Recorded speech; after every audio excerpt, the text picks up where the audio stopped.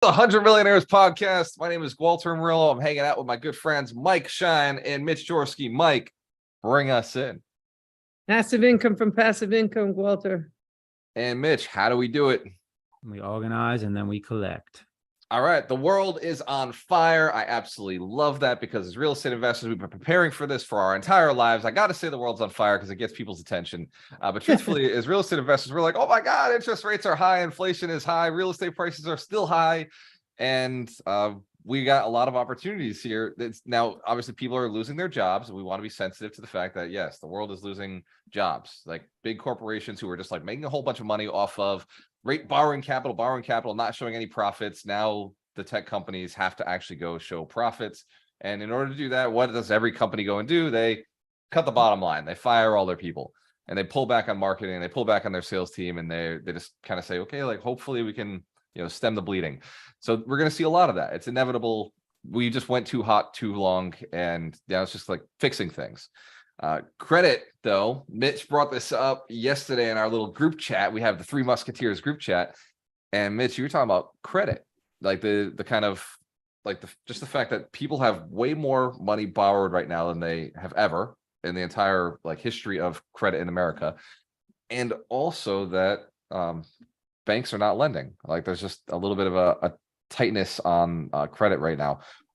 What do you think that's going to do for us as real estate investors? I mean, there's all different opportunities, obviously, but that article that I shared with you guys is pretty interesting because it talked about, credit cycles and how it's probably more important to pay attention to that than it is to pay attention to what the economy is doing. But yeah, I mean, the reality is there's been a tightening, right? So easy money's gone. People used to be able to get money, no problem. A lot of these VC projects and growth things and where you just ask for more money and get it, like that's gone. And then it's, stumbled into lending and you're seeing it, if you talk to any like person that does like commercial loans or, syndications, things like that, commercial deals, they're talking about how all the banks are tightening down, and the requirements are becoming more stringent. Right. So all that means is what? The flow of money is tightening up. Like everything is really the velocity of money. Right. Yep. So the velocity of money is being slowed down. It's being slowed down like aggressively between the interest rate rises and the banking requirements. So, I mean, it doesn't really take rocket science to figure it out. It's just like, well, there's less money moving around. There's less momentum. Right. There's less deals getting done. There's less demand, so to speak. Which I don't necessarily means prices go down on real estate because I think we still have a supply issue. But I love how you don't want to do the prediction. You're like, I'm not going to predict what's happening with well, this. No, this is a prediction because I don't listen. Everyone knows me. Like I've always had this unfortunate skill, I'd say, of being able to find what's wrong with the economy and why things are going to go down and, why the stock market's ready to pull back and all that stuff. Right.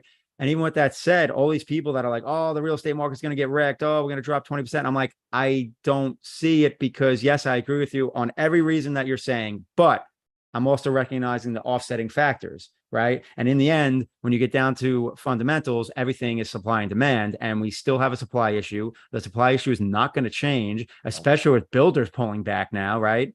Yep. So if we have a supply and demand issue, I don't understand how we can have prices, cascade lower. Yeah. Now, granted, affordability is a problem, but that doesn't mean that prices have to cascade lower. That means prices could stagnate while affordability catches up.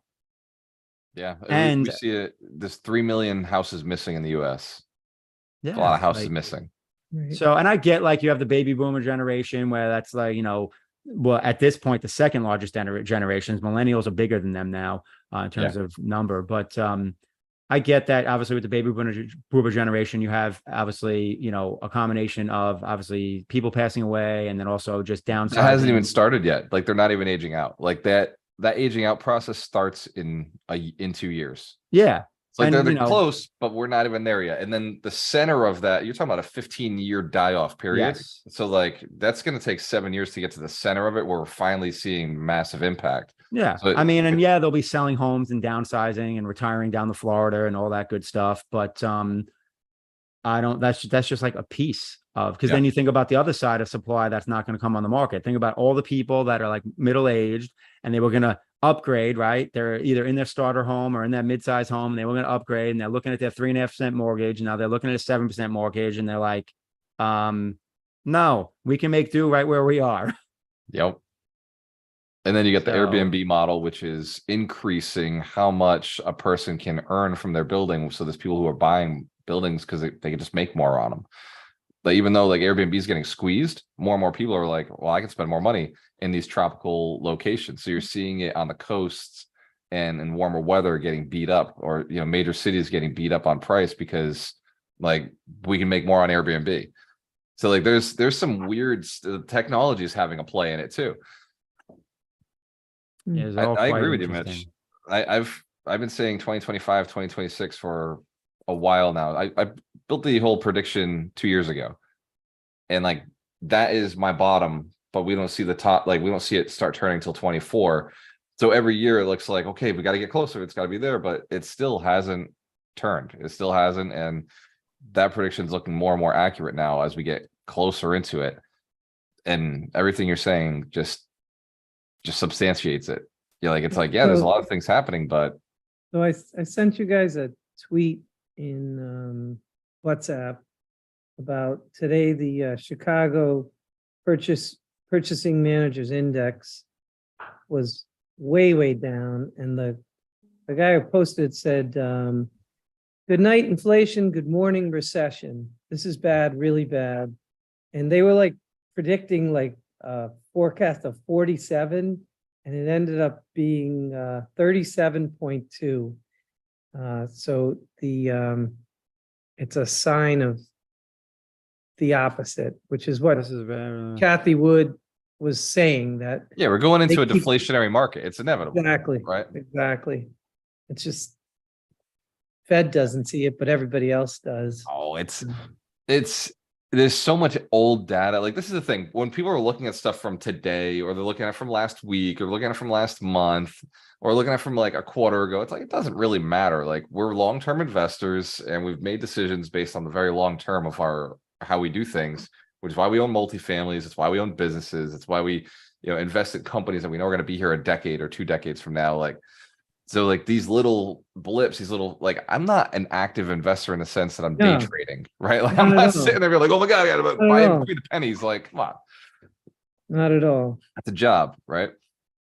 I mean, it actually cuts the other way, that if people are not buying single family houses, they're renting apartments or holding Right. out. So we're actually in a great place, where we're sitting right now.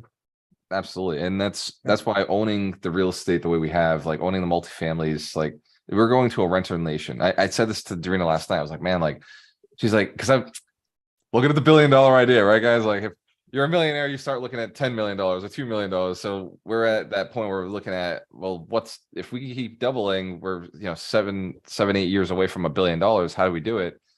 And I was looking at it as like, what is the global problem that you can solve? Because all the billionaires solve a global problem. None of them are like, I'm going to help all real estate agents, right? Or I'm going to help all real estate investors. Like they solve a global issue, right? PayPal, Amazon, like these are big global challenges. And so I looked, I was like, what is a global challenge I know anything about? It said housing. I know housing. What are we down? We're down inventory. We're down crazy inventory.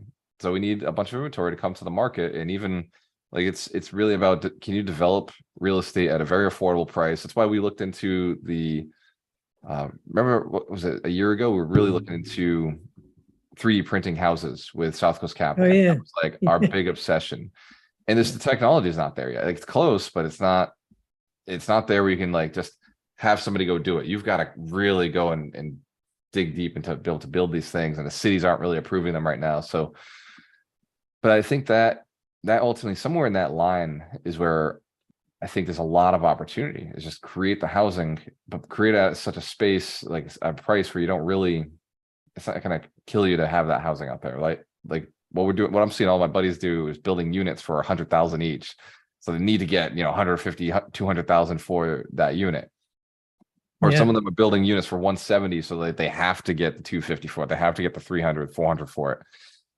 And like That's the cost of construction right now. That has nothing to do with whether they want to spend that kind of money. It's just literally the cost of construction in Boston right now is it costs you 180 to 250 per unit. So it's like if you're not selling it for three or 400,000 or $500,000, like you're losing money as a developer.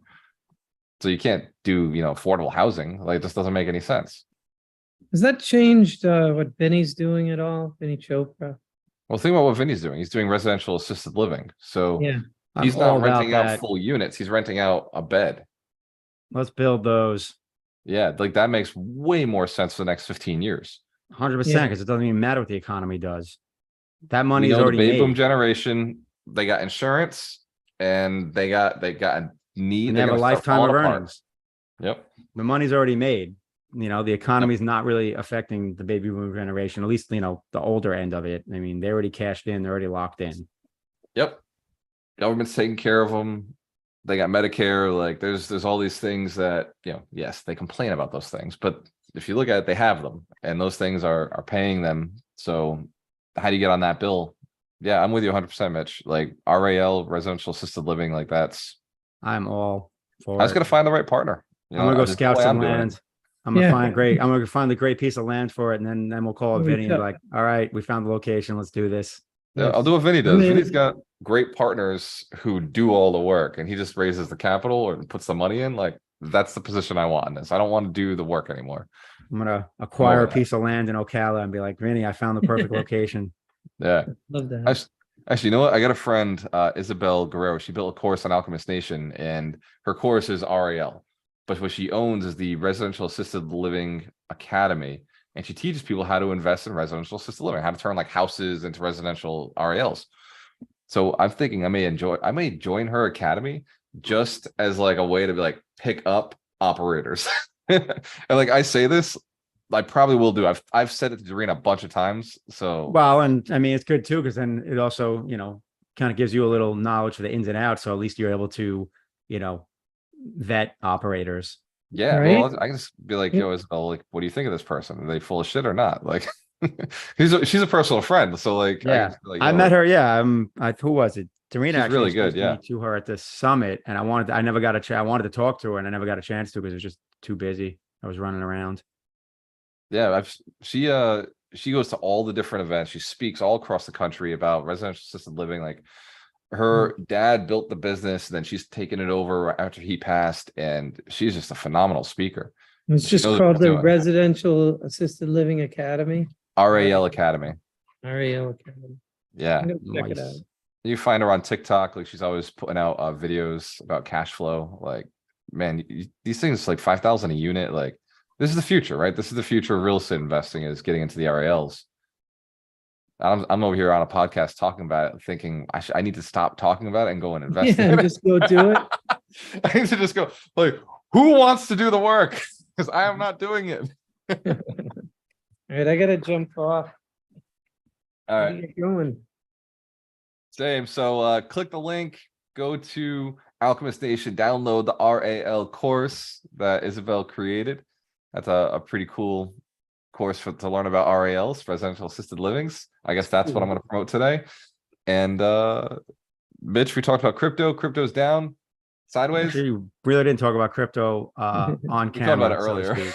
But Off podcast. I'm slowly buying crypto, and I have orders in much lower. And regardless of what the real estate market does, if you're a rental property investor, if it cash flows, it doesn't matter what the market's doing. So 100%. Big buy right. news. I'm still looking now. I'm selling 47 units worth 6.5 million I'm selling it at a discount, 20% discount for 5.3 because I want the capital to go and invest in passive deals. My partner wants out. So it's like, we're just ready to go passive. I want to be Mike Shine. I want massive income, passive income. I'm done with managing units. So Let's go get some of these residential assisted living facilities. that's what I'm thinking, 100%. Mike. I would Yeah. like those things put out such a great return on investment. Yeah. All right. So for You got the for right everybody way, who's- Mitch. You got find a piece of land. That's all Right. you you need. got the idea. If you want to You operate, can do it. a I mean, We have mutual friends. I have that, guys you've met through me that live in Florida that have done RALs on a smaller scale, like literally like 15, 20, 25 beds. So I'm fine with I that. could talk to them and be like, yo, you want to do something a little bigger? Yeah, if it can beat the current returns we're getting, like my mid-range risk return is about 50%. So if they can beat that 50% ROI, I don't Yeah, think that's right? you happening. saw my luck. formula, you saw the spreadsheet. Except for there's a lot less risk with the RAL. Yeah, risk control. Yep. So, all right. So, Mike, what do we do here? Massive income from passive income. For everybody who doesn't know, we're on a mission to build 100 millionaires who are inspired to build 100 Don't forget millionaires. Mitch. How do we do it? You got to organize and collect through all the different means and methods. Yeah, cash flow. Cash is Right. king. And what Walter does is build millionaires by any means necessary, as long as it's moral, ethical, and legal. Right. I love it. The point is not to work, it's to generate income. Cheers to your success. We have a choice. Always work with the Always work best. with the best. Thanks, gents. I'll see you next